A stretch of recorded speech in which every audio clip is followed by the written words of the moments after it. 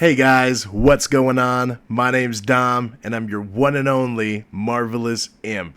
And today, we are going to be reviewing Sinners.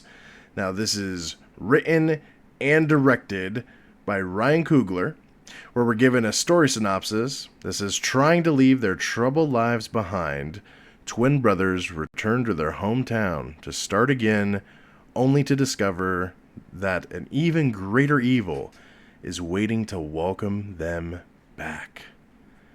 Now, I gotta say, when this movie first came out, I had no idea. I just didn't see it at all.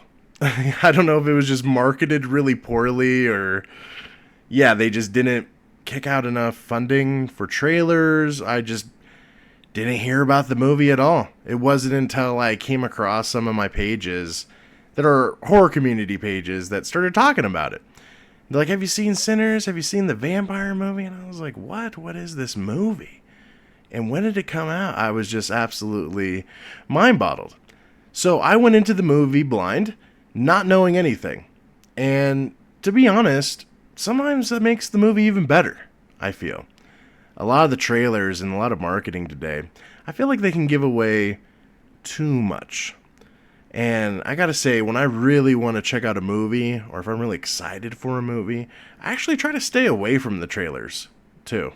Just as much as I can. I'll watch maybe the first or like a teaser, but I'd want to take in the movie as whole. I don't want anything to get spoiled, or something that I maybe could see them writing about, or I don't know. I like to keep it kind of a mystery.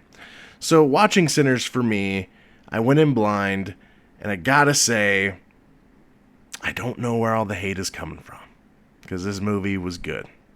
This movie was fun. It was different. And to start off with, I love the set and the costume design for this movie. It is absolutely awesome. How they have everybody dressed, to the items that they're using, to the food that they eat, the way that they're talking, all the actors and actresses and how they speak to each other. It is so well done and showcased for this time period. I was in awe.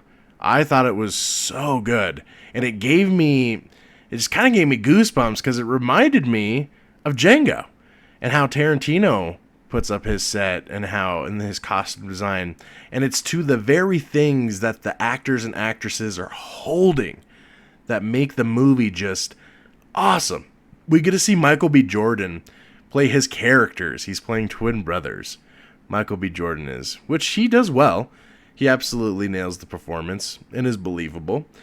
And as his characters are talking and moving along, and we're getting introduced to the other characters and the things that they're holding and their movements, and it pulls you in to that time period, and you feel like you're there for the ride. You're there for the story.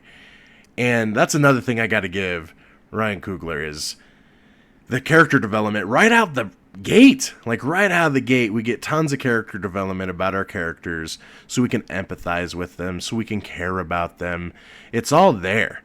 It's all there in the writing. And he takes his time doing it. He doesn't rush it at all. He takes, I'd say, the good first half of the movie is all character development, showing us the characters, their personalities, what they do, what they believe in, their morals, the whole 9 yards. We get it all. In the first half of the movie, that is just done.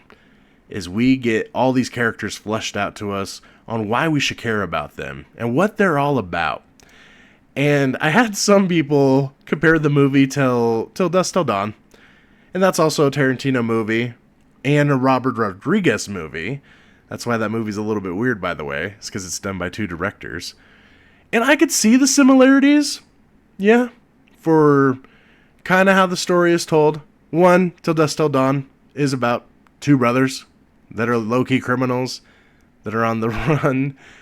And Michael B. Jordan's character, where he's playing twin brothers, are low-key criminals.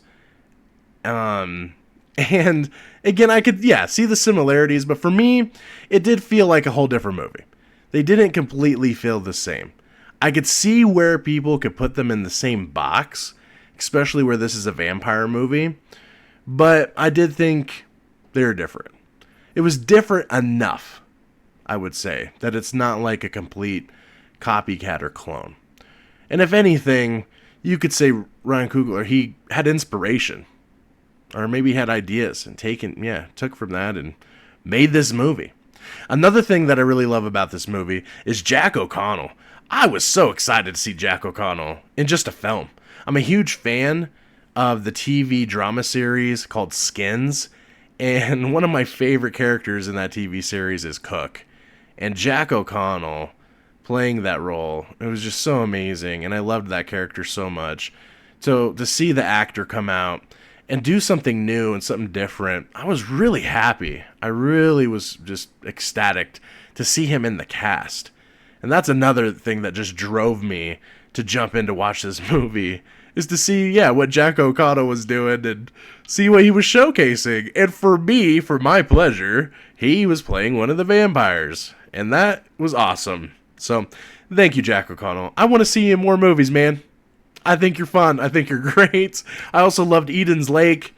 I know that's kind of another low-key horror movie out there that not a lot of people have heard about. But again, amazing movie. And we might talk about Eden's Lake later. But coming back to Sinners, Jack O'Connell nails the role as the vampire. I really love the soundtrack as well. That's another piece of the movie that just really shines, is what they do with the soundtrack. How they tell you about music or how they portray music in this movie is just done so well. And it's awesome. The music is good. And the music, again, brings you into the time period, which I think is just amazing. I think it's really, really good.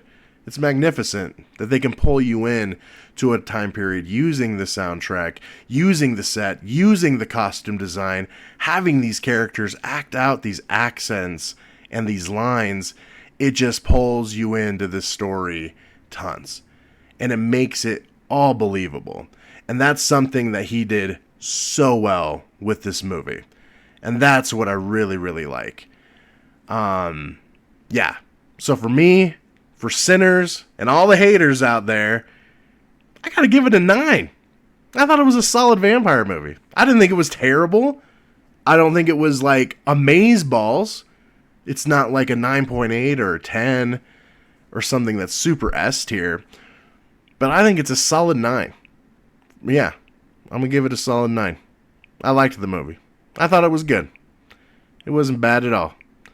I'd like to see more of this, Ryan Coogler. I'd like to see you do a horror. Let's see you do another horror. Because you did Black Panther and Creed, which I liked Creed. But let's see more of this. I thought that was fun. So no, I really appreciate your guys' awesomeness. And never ever forget to stay marvelous. Thank you guys. Bye-bye.